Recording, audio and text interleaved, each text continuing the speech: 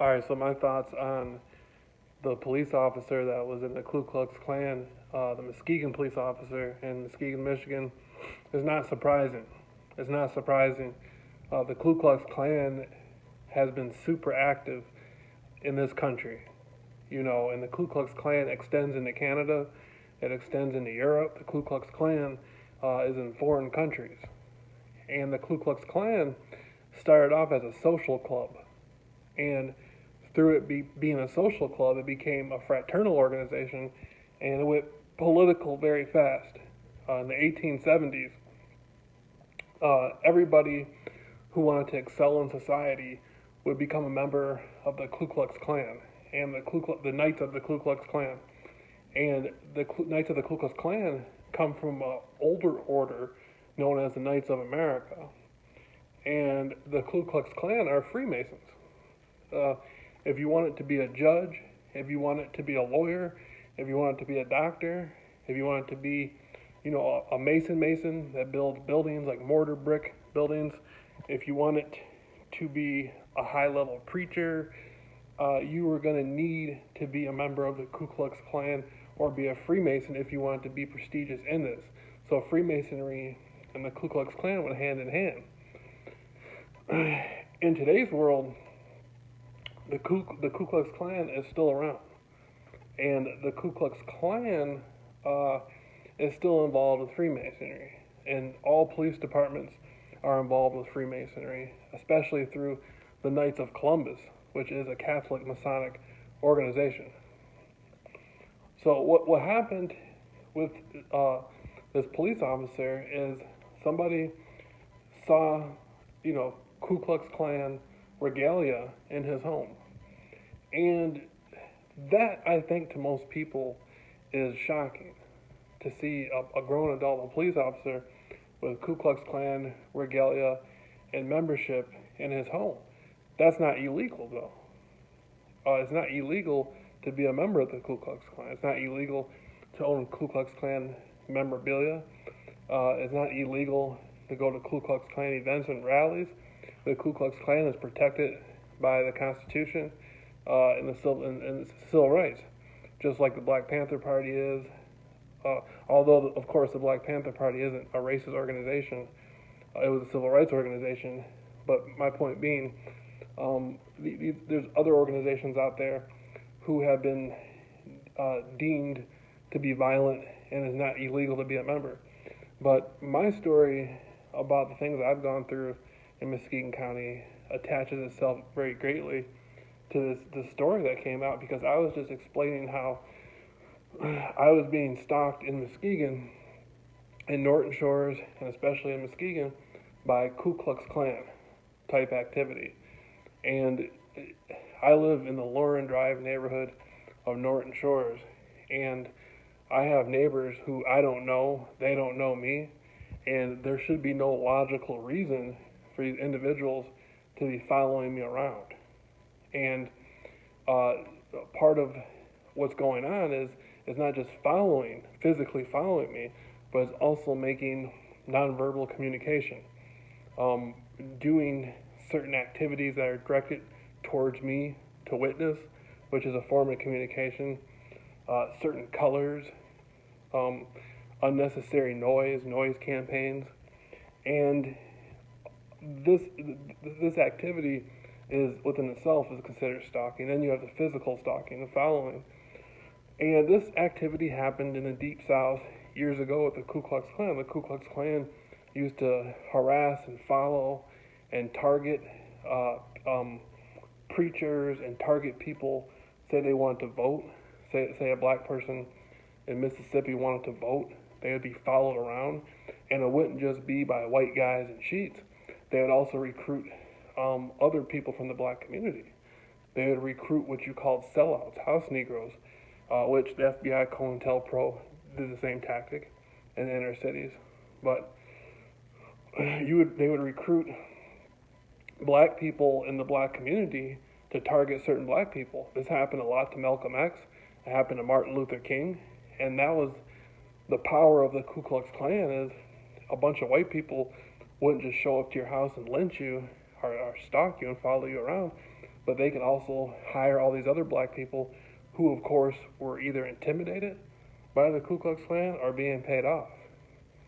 And a lot of people joked about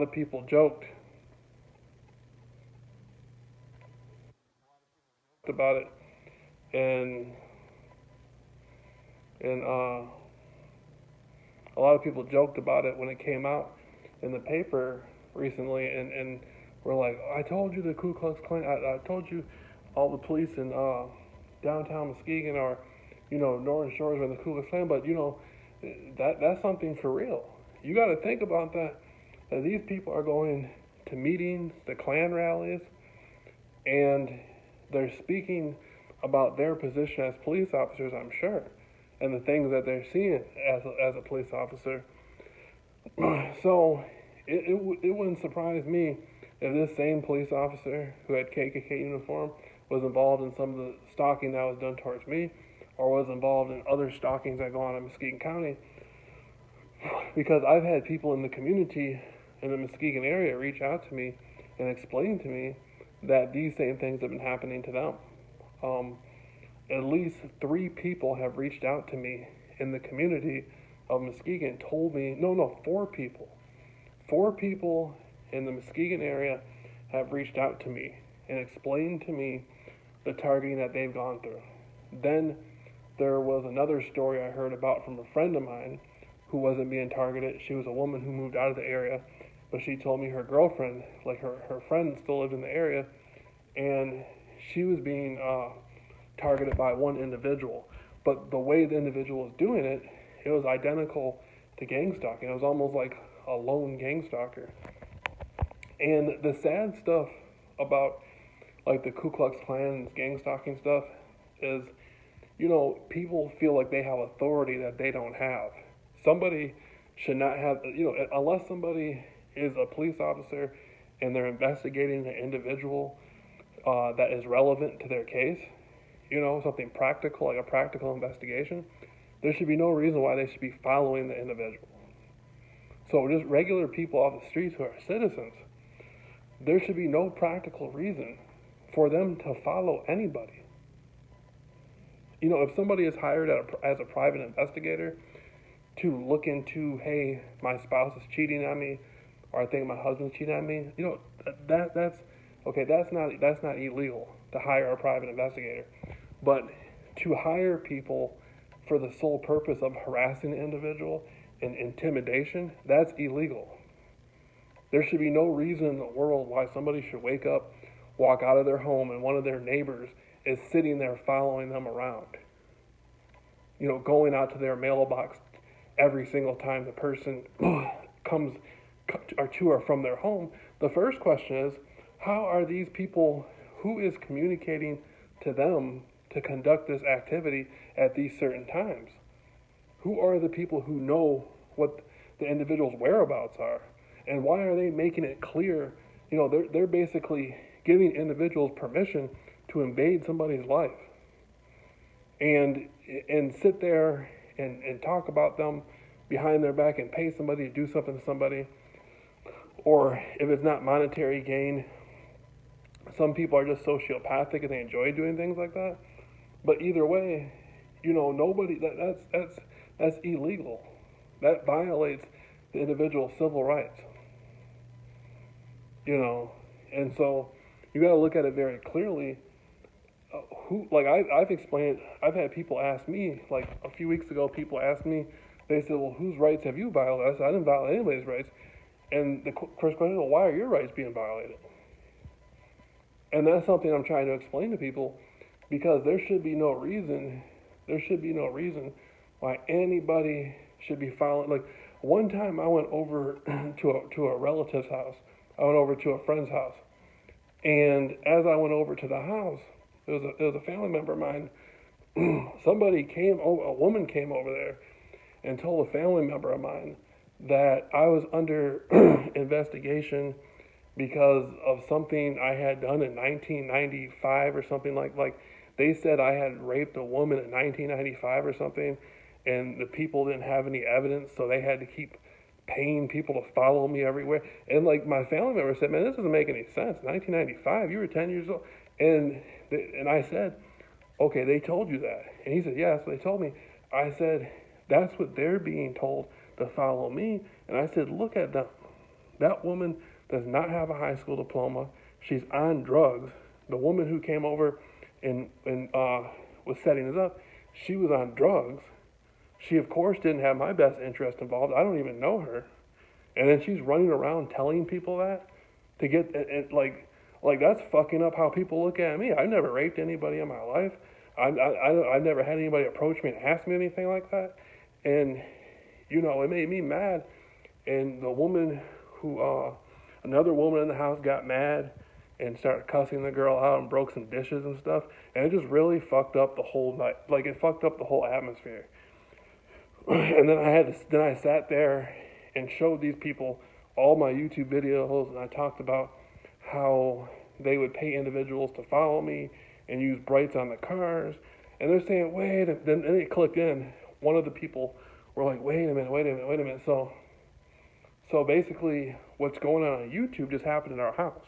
And I'm like, yeah, the same thing that's going on YouTube that I'm showing people is what that woman is trying to do here.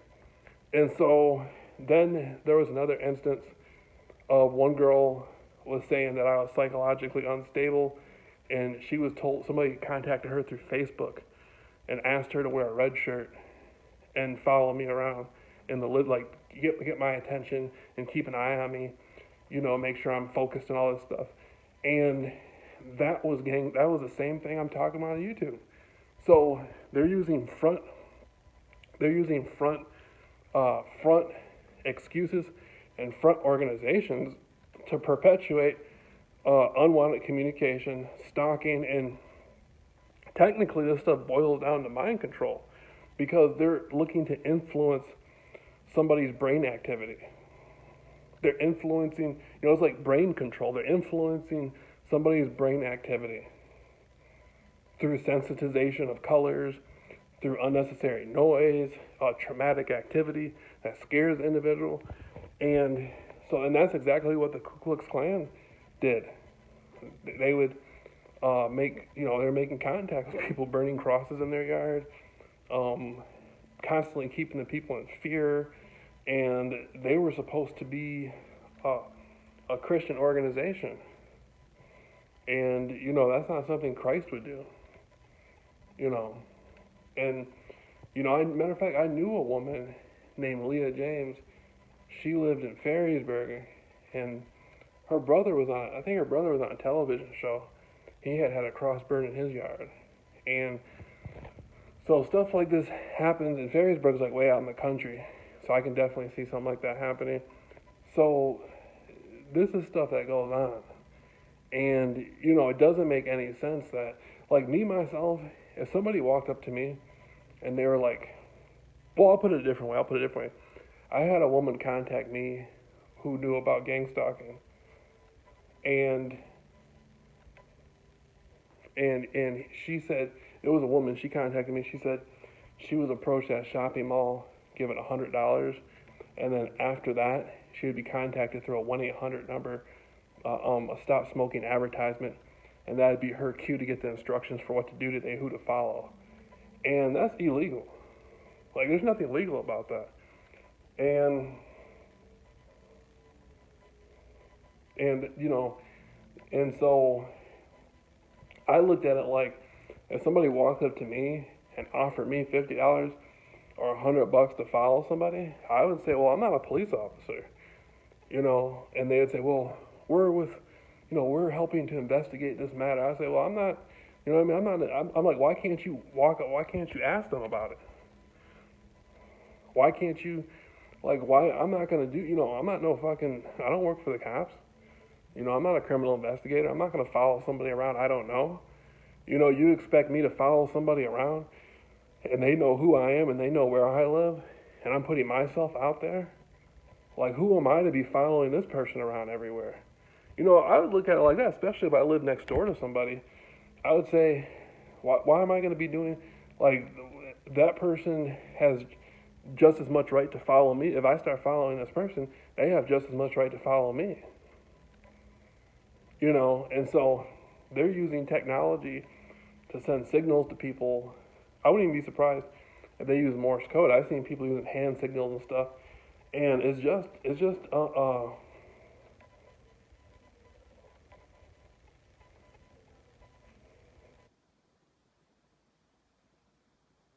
unbelievable. It's just unbelievable. I'm trying to think. I'm trying to go back and think about all the stuff that I've seen, like the different neighbors doing hand signals, different things I had to go through. I'm thinking like what would authorize somebody else to follow somebody?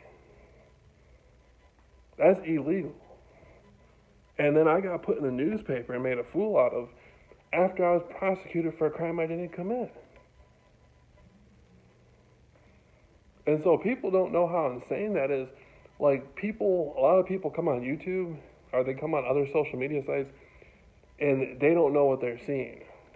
Like, this sort of stuff that's happening to me has happened to people 50 years ago, 100 years ago in different circumstances. And so I think this Ku Klux Klan case needs to be looked into, not just because of the officer that supposedly had his regalia, but I'm talking about they should look into this organizations like that, secret organizations who have political agendas and political affiliations and fraternal affiliations, because what they're doing is the same thing a street gang does. They organize people together and get them together and direct them to make contact with people or to follow people. And that's what a gang does. That's what, if you go into a neighborhood of Chicago or over, like in Detroit, that's what street gangs have always done. You can go back 50 years, 80 years, 100 years ago, and there's been street gangs in America, and that's what street gangs do. I mean, I would imagine there's been street gangs since, in ancient Rome there were street gangs. In ancient Egypt there were street gangs. That's what people do. They create gangs. That's why it's called gang stalking. People organize together in a group, and they're motivated politically or religiously, or for the dedication. That's what a street gang is a watch group, is a neighborhood group. Street gangs control certain neighborhoods, and they watch the neighborhood. And that's what gang stalking. These people come together in these neighborhoods, and they commit crimes. They stalk people. They harass people. They use intimidation. I mean, I'm probably sure that some of these people are involved with drugs, involved with it. So, they're not any better. I would classify gang stalking as street terrorism. That's how I classify it.